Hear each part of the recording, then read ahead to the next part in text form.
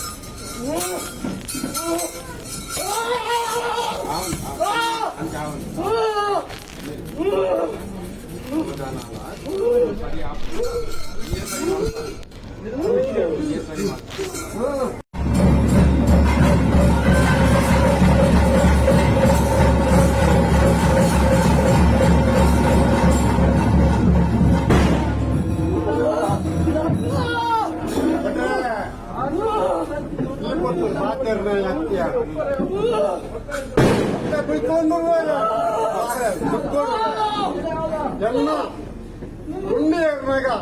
ಊರಪ್ಪಲ್ಲ ಹೋಗಿ ಬ್ರಹ್ಮಕರ ಚೆನ್ನಾಗಿ ನೋಡಾడే ಕಾರಣ ಗೊಜ್ಜರ ನನ್ನ ಚಿಂತನೆ ಇದು ಪುನಃ ಬ್ರಹ್ಮಕಲ ಗತ ಆವಡೆ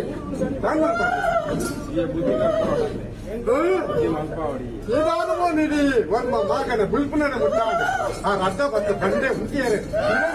పోతారు అబ్బాయి రతే రెండే అమౌంట్ వచ్చేది మన